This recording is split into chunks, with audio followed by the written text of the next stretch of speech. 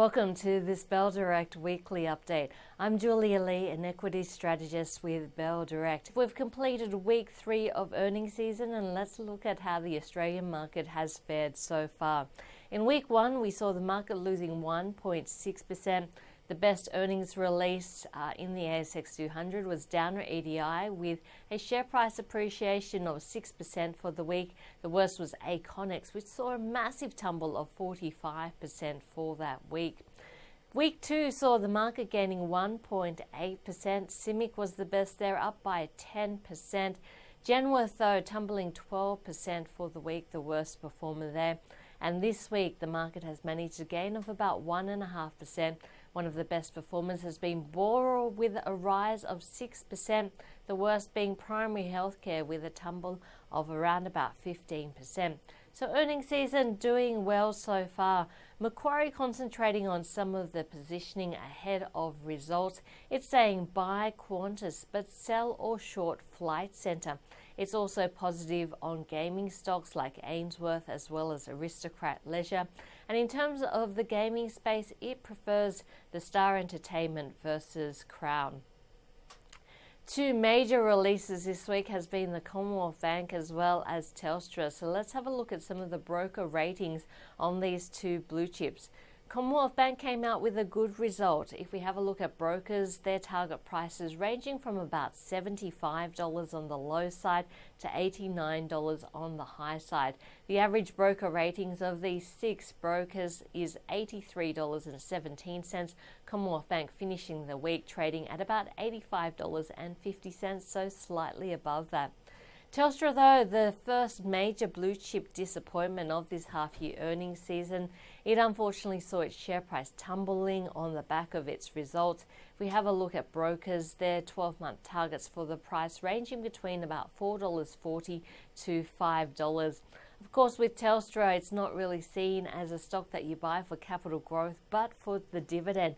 And over the next 13 months, with a dividend payment of 46.5 cents expected, that means around about a 10% yield on a 13-month basis. These 4 brokers see an average target price of $4.70. Telstra on Friday was trading at about $4.85. Having a look at some things from a strategic point of view, and this week we saw some numbers out of China which saw inflation accelerating, so more signs of that global re-inflation theme emerging. And Morgan Stanley out with a note this week saying why it's bullish on China.